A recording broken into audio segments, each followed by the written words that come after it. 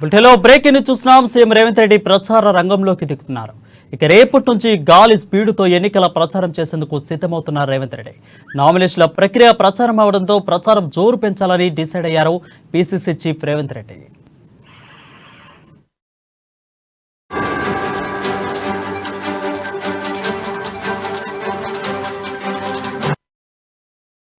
రేపటి నుంచి సీఎం రేవంత్ రెడ్డి సుడిగాలి పర్యటనలు చేయనున్నారు. రేపు ఉదయం మహబూబ్ నగర్లో పార్టీ అభ్యర్థి వంశీచంద్ర రెడ్డి నామినేషన్ కార్యక్రమంలో పాల్గొననున్నారు సీఎం.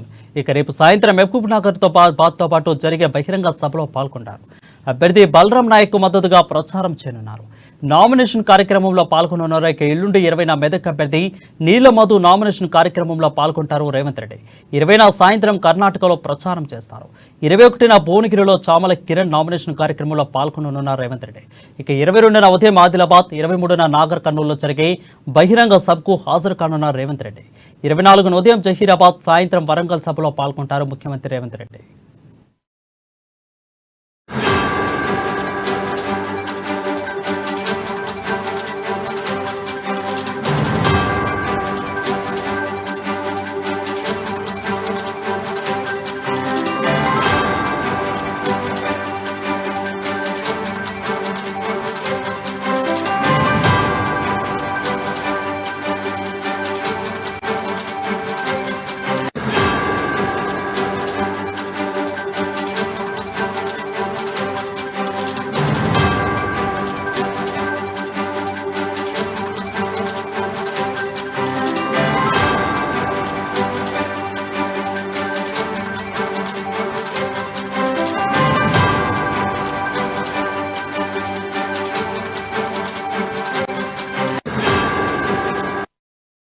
హలో బ్రేకింగ్ చూస్తున్నాం. సీఎం రేవంత్ రెడ్డి ప్రచార రంగంలోకి దిగనున్నారు.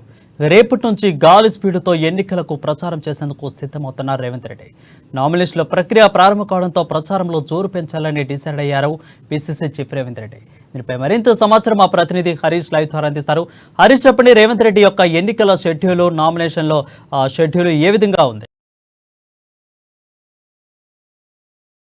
కాంగ్రెస్ పార్టీ సంబంధించి ప్రచారాలు ఇప్పుడు ముమ్మరం చేస్తున్న నేపథ్యం ఉంది. ఇప్పుడు పార్లమెంట్ ఎన్నికల సంబంధించి కూడా నామినేషన్ల ప్రక్రియ కొనసాగుతున్నది. ఇక నామినేషన్ల ఘట్టం ఈ రోజుతో ప్రారంభమైన నేపథ్యం కావచ్చు. ఇక ఏదైతే నామినేషన్లకు సంబంధించి కూడా ఇక రేపటి నుంచి కాంగ్రెస్ పార్టీకి సంబంధించిన ఎంపీ స్థానాల అభ్యర్థులు నామినేషన్ వేయబోతున్న నేపథ్యం ఉంది. ఇక ప్రధానంగా ఇప్పటికే ప్రచారాలు విస్తృతపరిచిన కాంగ్రెస్ పార్టీ జనజాతర సభల పేరుతో కూడా నియోజకవర్గాల్లో ఎన్నికల సమావేశాలు కావచ్చు, జనజాతర సభలు కావచ్చు నిర్వహిస్తూ వస్తుంది. మరోవైపు పీసీసీ చీఫ్ రేవంత్ రెడ్డి ఆయన ఇమేజ్ను కూడా ఇప్పుడు ఏసీసీ వాడుకుంటున్న నేపథ్యం కనిపిస్తుంది. ఎందుకంటే ఆయన కేరళలో కూడా ఎన్నికల ప్రచారాల్లో పాల్గొంటున్నారు. మరోవైపు తెలంగాణకు సంబంధించి కావచ్చు, ఏపీకి సంబంధించి కూడా ప్రచారాలు చేసే నేపథ్యం కనిపిస్తుంది. ఇప్పటికే దక్షిణాదితో పాటుగా ఉత్తరాది రాష్ట్రాల్లో కూడా సీఎం రేవంత్ రెడ్డిని ఆ ఇమేజ్ను కూడా ఏసీసీ వాడుకుంటున్న నేపథ్యంలో ఆయన కర్ణాటక, తమిళనాడు, కేరళతో పాటుగా ఇతర రాష్ట్రాల్లో ప్రచారాలు చేసే అవకాశం కనిపిస్తుంది. మొత్తంగా ఇప్పుడు రేపటికి సంబంధించి కాంగ్రెస్ పార్టీకి సంబంధించిన ఎంపీ స్థానాల అభ్యర్థులు నామినేషన్లు దాఖలు చేయబోతున్న నేపథ్యం అనేది. రేపు మహబూబ్ నగర్ సెగ్మెంట్కి సంబంధించి కూడా వంశీచంద్ర రెడ్డి రేపు ఆ నామినేషన్ దాఖలు చేస్తారు. పెద్ద ఎత్తున ఈ కార్యక్రమం నిర్వహించేందుకు ఇప్పటికే సన్నాహాలు మొదలయ్యాయి. రేపు ఆ మెగా ర్యాలీ ఉండబోతుంది. ఆ ర్యాలీలో సీఎం రేవంత్ రెడ్డి పాల్గొనబోతున్న నేపథ్యం ఉన్నది. ఏదైతే నామినేషన్ సంబంధించి కూడా ఆయన నామినేషన్ కార్యక్రమంలో కూడా పాల్గొనే నేపథ్యం ఉంది. రేపు మహబూబాబాద్ సెగ్మెంట్కు సంబంధించి కూడా బలరాం నాయక్ నామినేషన్ వేయబోతున్నారు. సాయంత్రం మహబూబాబాద్లో జనజాతర సభ జరగబోతున్న నేపథ్యం. ఎల్లుండికి సంబంధించి కూడా మెదక్ సెగ్మెంట్కు సంబంధించి కూడా మధు ముద్దురాజుకు సంబంధించి ఆయన నామినేషన్ వేయబోతున్న నేపథ్యం ఉంది. ఎల్లుండి 20వ తేదీన కూడా మధు ముద్దురాజు సంబంధించిన నామినేషన్. అలాగే 20వ తేదీన సాయంత్రం మళ్ళీ కర్ణాటకకి సీఎం రేవంత్ వెళ్తారు. అక్కడ ఎన్నికల ప్రచారాల్లో పాల్గొన్న నేపథ్యం అనేది. ఏదైతే 20వ తేదీన సాయంత్రం మళ్ళీకి తెలంగాణ జరుగుతుంది. 21వ తేదీన భువనగిరి సెగ్మెంట్కు సంబంధించి కూడా చామల కిరణ్ కుమార్ రెడ్డి భువనగిరి సెగ్మెంట్కు నామినేషన్ వేయబోతున్నారు. నామినేషన్ సంబంధించి కూడా అక్కడ కార్నర్ మీటింగ్, బహిరంగ సభ కూడా ఉన్న నేపథ్యం కనిపిస్తుంది. 22కు సంబంధించి కూడా ఆదిలాబాద్ సెగ్మెంట్కు సంబంధించి కూడా ఆత్రం సుగుణ నామినేషన్ వేయబోతున్నారు. ఆ నామినేషన్ సభలో సీఎం రేవంత్ రెడ్డి పాల్గొన్న నేపథ్యం ఉన్నది. 23వ తేదీన నాగర్ కర్నూలు సెగ్మెంట్కి సంబంధించి కూడా మల్లు రవి నామినేషన్ వేయబోతున్నారు ఒక అభ్యర్థానికి. 24వ తేదీన జహీరాబాద్ సంబంధించి కూడా సాయంత్రం ఏదైతే బహిరంగ 24వ తేదీన జైరాబాద్ సంబంధించి కూడా సురేష్ శెట్కర్ నామినేషన్ వేయబోతున్నారు. అదే రోజు సాయంత్రం వరంగల్లో జనజాతర సభ సంబంధించి కూడా పెద్ద ఎత్తున సభలు నిర్వహించే అవకాశం కనిపిస్తుంది. ప్రధానంగా 17 సెగ్మెంట్లకు సంబంధించి ఇప్పటికే కాంగ్రెస్ పార్టీ 14 సెగ్మెంట్లకు ప్రకటించింది. ఆ సెగ్మెంట్లకు సంబంధించిన కూడా నామినేషన్ ప్రక్రియ రేపటితో ప్రారంభం కాబోతున్న నేపథ్యం ఉంది. ఒకవైపు కార్నర్ మీటింగులు, రోడ్ షోలు, బహిరంగ సభలు, జనజాతర సభలు పూర్తి స్థాయిలో ప్రచారాలను ముమ్మరం చేస్తున్న నేపథ్యం ఉన్నది. పూర్తిగా ఈ ఏదైతే అభ్యర్థులకు సంబంధించి కూడా అన్ని నామినేషన్ అభ్యర్థులకు సంబంధించిన కార్యక్రమంలో సీఎం రేవంత్ రెడ్డితో పాటుగా కీలక ముఖ్య నేతలు కూడా పిసిసి ముఖ్య నేతలు పాల్గొనబోతున్న నేపథ్యం ఉన్నది. మరోవైపు జనజాతర సభలు కూడా అగ్రనేతలను ఆహ్వానించే అవకాశం కానీ ఇప్పటికే ప్రియాంక గాంధీ, రాహుల్ గాంధీ, సోనియా గాంధీతో పాటుగా కేసీ వేణుగోపాల్, అలాగే కర్ణాటక సీఎం సిద్దిరామయ్య, ఏఐసీసీ అధ్యక్షుడు మల్లికార్జున ఖర్గేతో పాటుగా ఏఐసీసీ ముఖ్య నేతలంతా కూడా మరోమారు తెలంగాణలో బహిరంగ సభలో పాల్గొనే అవకాశం కనిపిస్తుంది. ఈ ప్రచారాలకు సంబంధించి కూడా ముమ్మరం చేయాలనే నేపథ్యం కనిపిస్తుంది. టార్గెట్ 15గా పెట్టుకున్న నేపథ్యం కావచ్చు. 15 స్థానాల్లో గెలిపే లక్ష్యంగా కాంగ్రెస్ పార్టీ వెళ్తుంది. అభ్యర్థుల నామినేషన్ మొదలు అదే రోజు పెద్ద ఎత్తున జనాల్లోకి విస్తృతపరచాలి, ప్రచారాలు నిర్వహించాలి.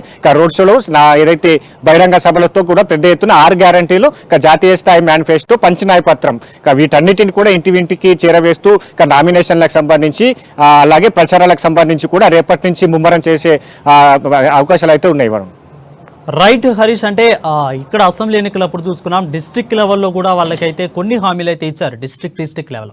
అలాగే ఇప్పుడు పార్లమెంటు ఎలక్షన్స్ కాబట్టి ఏమైనా పార్లమెంటు వాటికి కూడా ఏమన్నా రేపు జరిగే ప్రచారాలలో ఏమైనా హామీలు ఇచ్చే అవకాశాలు ఏమైనా కనిపిస్తున్నాయా? ఖచ్చితంగా ఇప్పుడే అసెంబ్లీ ఎన్నికలకు సంబంధించి కూడా కాంగ్రెస్ పార్టీ 6 గ్యారంటీలకు తెలంగాణలో ప్రకటించింది. దాంట్లో ఏదైతే 5 గ్యారంటీలకు సంబంధించి కూడా కొన్ని హామీలను కూడా నెరవేరుస్తూ వచ్చింది. ఏదైతే ప్రధానంగా మహిళలకు సంబంధించి కూడా ఉచిత బస్ ప్రయాణం కావచ్చు, 500కే గ్యాస్ సిలిండర్ కావచ్చు, గృహజ్యోతిలో భాగంగా 200 యూనిట్ల వరకు ఉచిత విద్యుత్, ఆరోగ్యశ్రీ సంబంధించిన 10 లక్షల వరకు అప్గ్రేడ్ చేస్తుంది. ఇందిరమ్మ ఇళ్లకు సంబంధించి కూడా అది ఏదైతే సంబంధించిన ఇళ్ల పథకాన్ని కూడా ప్రారంభించేందుకు సిద్ధమైన నేపథ్యం ఉన్నది. ఎన్నికల కోడ్ ముగిసిన తర్వాత కూడా అన్నిటిని కూడా మరోవైపు రైతు బంధుకు సంబంధించి కూడా 2 లక్షల ఏకకాల రుణమాఫీ కావచ్చు, రైతులకు సంబంధించి కూడా మద్దతు ధర కావచ్చు, క్వింటాల్కు 500 బోనస్, వీటన్నిటిని మొన్న సీఎం రేవంత్ రెడ్డి కూడా ఎన్నికల తర్వాత వీటన్నిటిని సంబంధించి ఆ గ్యారంటీల్లో హామీలు ఏవైతే ఉన్నాయో వాటన్నిటిని ఇంప్లిమెంట్ చేస్తామని చెప్తున్న నేపథ్యం ఉన్నది. కానీ ఇప్పుడు ఏదైతే పార్లమెంట్ ఎన్నికలకు సంబంధించి కూడా కేంద్ర ప్రభుత్వం 5 గ్యారంటీలను ఇచ్చింది. దాంట్లో 25 హామీలు ఉన్నాయి. ఏదైతే ఏఐసీసీ జాతీయ స్థాయి మేనిఫెస్టో ప్రకటించారో దాంట్లో 5 గ్యారంటీలు ఉన్నాయి. దాంట్లో ప్రధానంగా 30 లక్షల ఉద్యోగాల భర్తీ కావచ్చు, మరోవైపు రైతులకు సంబంధించి కూడా రైతు మద్దతు ధరతో పాటుగా చట్టబద్ధత కల్పిస్తామని చెప్పడం కావచ్చు, ఇక నిరుద్యోగులకు సంబంధించి, ఉద్యోగులకు సంబంధించి, మహిళలకు సంబంధించి కూడా ఏదైతే ఏడాదికి ₹1,00,000 ఆర్థిక సాయం కావచ్చు, వీటన్నిటిని కూడా 5 గ్యారంటీలు 25 అంశాలు పొందుపరిచారు. దాంట్లో తెలంగాణకు సంబంధించి కూడా విభజన చట్టంలోని హామీలను కూడా ఇస్తామని చెప్పిన నేపథ్యం కావచ్చు, వీటన్నిటిని ఇంప్లిమెంట్ చేస్తాం కూడా ఏఐసీసీ కావచ్చు, కాంగ్రెస్ పార్టీ చెప్తున్న నేపథ్యంలో 6 గ్యారంటీలు తెలంగాణలో ఇప్పటికే ఇంప్లిమెంట్ అవుతున్న 6 గ్యారంటీలు, అలాగే జాతీయ స్థాయిలో ఇచ్చిన 5 గ్యారంటీలు 25 అంశాలతో కూడిన హామీలన్నింటిని కూడా కాంగ్రెస్ అధికారంలోకి వచ్చిన వెంటనే వీటన్నిటిని కూడా అమలు చేస్తామని చెప్తున్న నేపథ్యం ఉంది. కాబట్టి ఆ పార్లమెంట్ సెగ్మెంట్లకు సంబంధించి గత ప్రభుత్వాలు ఏం చేసిందో ఆ పార్లమెంట్ సెగ్మెంట్లలో ఎంతవరకు గతంలో ఎన్నికల ముందు అక్కడ ఇచ్చిన ఇతర పార్టీ నేతలు, బీఆర్ఎస్ కావచ్చు, బీజేపీ ఎంపీ క్యాండిడేట్లు, గత మాజీ ఎంపీలుగా కొనసాగుతున్న వారు వాళ్ళు ఇచ్చిన ఏదైతే హామీలు కావచ్చు ఎంతవరకు ప్రజలకు చేరాయి, అక్కడ కేంద్ర ప్రభుత్వం నిధుల నుంచి కావచ్చు, పూర్తి స్థాయిలో ఎంతవరకు అక్కడ ప్రాజెక్టులు కావచ్చు, అక్కడ సంబంధించిన నిధులు ఎంతవరకు పెట్టగలిగిన దానిపైన కూడా పూర్తి స్థాయిలో ఇప్పటికే కాంగ్రెస్ పార్టీ దానికి సంబంధించిన ఎన్నిక ప్రచార అస్త్రాలు కూడా సిద్ధం చేసుకుంది. ఆ పార్లమెంట్ సంబంధించి కూడా వైఫల్యాన్ని ఎత్తుతూ చూపుతూ కాంగ్రెస్ పార్టీ అధికారంలోకి వచ్చిన తర్వాత ఏ విధంగా ఉండబోతుంది, వచ్చేది ఏదైతే కాంగ్రెస్ పార్టీకి సంబంధించి కావచ్చు, గత 10 ఏళ్లలో బీఆర్ఎస్ ప్రభుత్వం హయాంలో ఉంది కాబట్టి ఇక్కడ తెలంగాణ ప్రజలకు చేసిన సంక్షేమ పథకాలు, ఇంప్లిమెంటేషన్ అయిన పథకాలపైన పూర్తి స్థాయిలో నివేదికను సిద్ధం చేసుకుని వీటన్నిటిని వివరిస్తూ కూడా కాంగ్రెస్ ప్రభుత్వం వస్తే ఎలా ఉండబోతుంది అనే పైన కూడా ప్రజలకు వివరించేందుకు ప్రచారాలకు సిద్ధమవుతున్నారు. ఇప్పటికే ఏదైతే ఆ సెగ్మెంట్లకు సంబంధించి కూడా ఇన్ఛార్జీలను నియమించారు. 119 సెగ్మెంట్లకు సంబంధించి కూడా అసెంబ్లీ సెగ్మెంట్లకు సంబంధించి కూడా ఇన్ఛార్జీలను నియమించారు. మరోవైపు మంత్రులకు సంబంధించి ముఖ్య నేతలు ఉన్నారు, సీనియర్లు ఉన్నారు, వీళ్ళంతా కూడా పూర్తి స్థాయిలో ఆ ఇన్ఛార్జీలుగా కొనసాగుతున్న నేపథ్యం కాబట్టి పెద్ద ఎత్తున అన్ని 17 పార్లమెంట్ సెగ్మెంట్లలో 50 సభలకు తగ్గకుండా కూడా పిసిసి ఇప్పటికే బహిరంగ సభలు నిర్వహించాలని భావిస్తున్న నేపథ్యంలో ప్రచారాలకు సంబంధించి కూడా పూర్తి స్థాయిలో సిద్ధమైంది. రేపటితో ప్రచారాస్త్రాలు కూడా సంధించే అవకాశం అయితే ఉంది. Thank you Harish for the clear update.